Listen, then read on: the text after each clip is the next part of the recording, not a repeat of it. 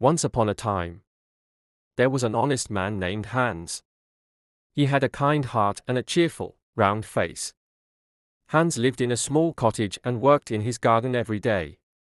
There was no garden in the whole land as beautiful as Hans' garden.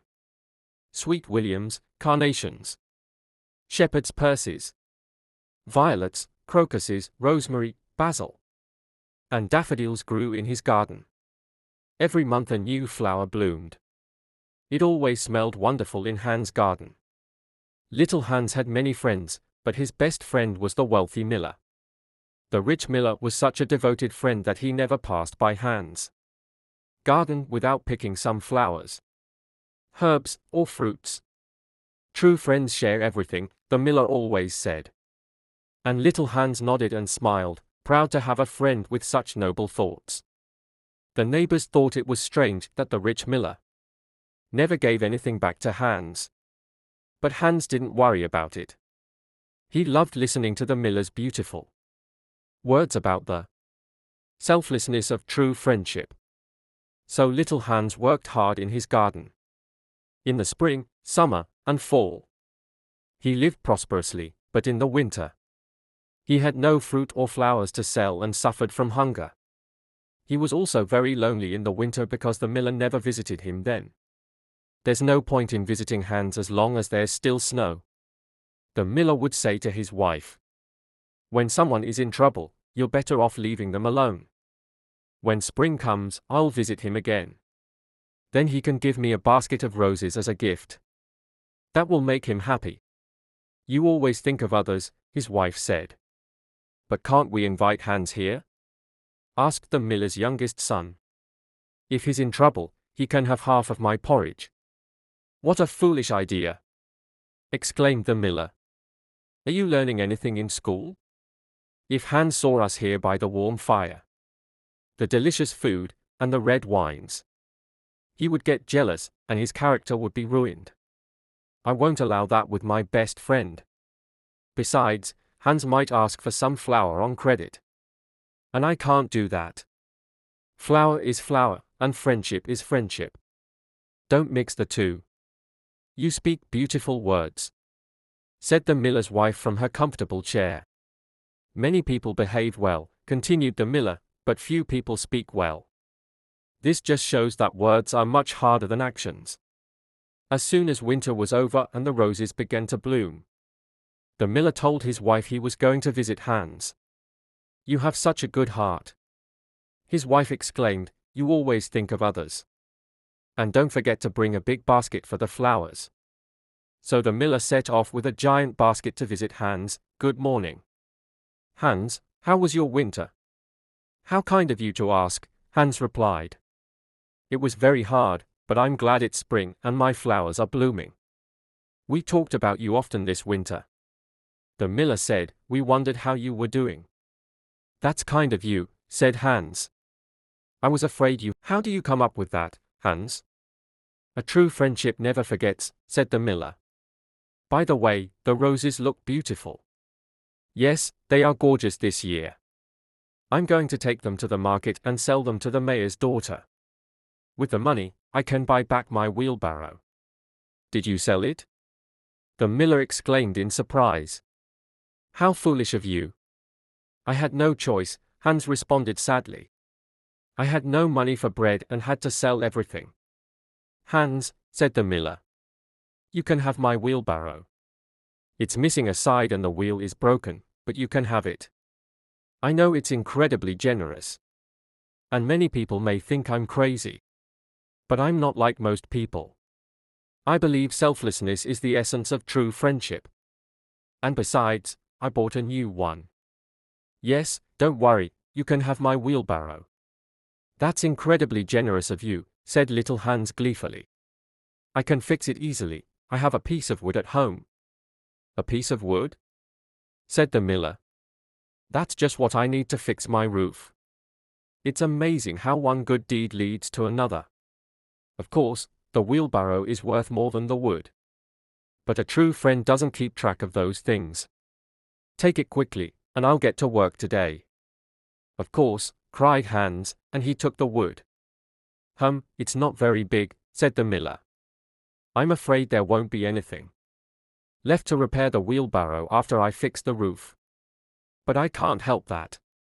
Well, now that I've given you my wheelbarrow, you'll surely give me a full basket of flowers. A full basket of flowers? Asked Hans, somewhat crestfallen. It was a huge basket, and he knew there wouldn't be any flowers left to sell at the market. Well, replied the miller, I gave you my wheelbarrow. A few flowers won't be too much to ask. I thought there was no room for selfishness in a true friendship. My best friend, said Hans, take as many flowers as you like. And together they filled the miller's basket. The next day, the miller came to Hans's house and asked him to carry a heavy bag of flour to the market and sell it. I'm sorry, but I'm very busy today, said Hans. There's a lot to do in the garden. I find it rather unfriendly of you to refuse, replied the miller. After all, I gave you my wheelbarrow. Oh no, I don't want to be unfriendly, said Hans, and he set off. When Hans collapsed into bed exhausted that evening, he said to himself, I'm glad I didn't refuse the miller. He's my best friend, and he gave me his wheelbarrow. That's incredibly generous. The next morning, the miller came to collect the money for the bag of flour. But Hans was still in bed due to exhaustion. Unbelievable, you are so lazy, said the miller. Since I gave you my wheelbarrow, you should work harder. Good friends should be able to say unpleasant things to each other. That's part of friendship. I'm sorry, said Hans. I was so tired from carrying the bag of flour to the market that I stayed in bed a little longer. Get out of bed, said the miller. I want you to fix my roof. Poor little Hans actually wanted to work in his garden, because his flowers had not been watered for 2 days. But he didn't want to refuse his good friend the miller. Is it unfriendly if I say that I'm busy? Asked Hans. To be honest, said the miller, it doesn't seem like too much to ask. After all, you're getting my wheelbarrow. But if you don't want to, I'll do it myself. No, no, cried little Hans, and he worked hard all day on the miller's roof. There is nothing more beautiful than working for others, the miller preached at the end of the day. But rest now, because tomorrow I want you to herd my sheep up the mountain. Little Hans was afraid to say anything and went on his way the next day. This went on for a while. Hans wanted to work in his garden, but his friend the miller demanded all his time. Sometimes he felt uncomfortable. But then he remembered that the miller was his best friend, and that he would also get his wheelbarrow. So Hans continued to work for the miller, and the miller spoke beautiful words about friendship. One evening, Hans was sitting in his chair and the miller knocked on the door in a panic. My son fell off a ladder, said the miller. I was on my way to the doctor. But the storm is so bad that I thought you'd better go. You're getting my wheelbarrow, so it seems fair that you do something for me. Of course, cried Hans, I am honored that you ask me for help. I'll leave immediately, but can I borrow your lantern?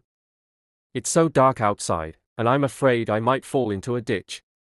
I'm sorry, said the miller, but the lantern is brand new, and I don't want anything to happen to it. So Hans set off in the dark during the terrible storm to go to the doctor. After 3 hours, he arrived at the doctor's, knocked on the door, and explained the situation. I'll leave immediately, said the doctor, and he got on his horse. Hans returned home on foot, but the storm got worse and worse. The rain came down in buckets. Hans lost his way, ended up in the bog, and fell into a deep hole. Poor little Hans drowned there, and his body was found the next morning by a goat herd. Everyone went to little Hans's funeral because he was very beloved, and the miller was the most grief-stricken. I was his best friend, said the miller, so it's only fair that I have the best place. So the miller walked at the front of the funeral procession, wiping away his tears with a handkerchief. Little Hans is a great loss for everyone, said the blacksmith after the funeral. Absolutely, replied the miller. I was about to give him my wheelbarrow, and now I don't know what to do with it.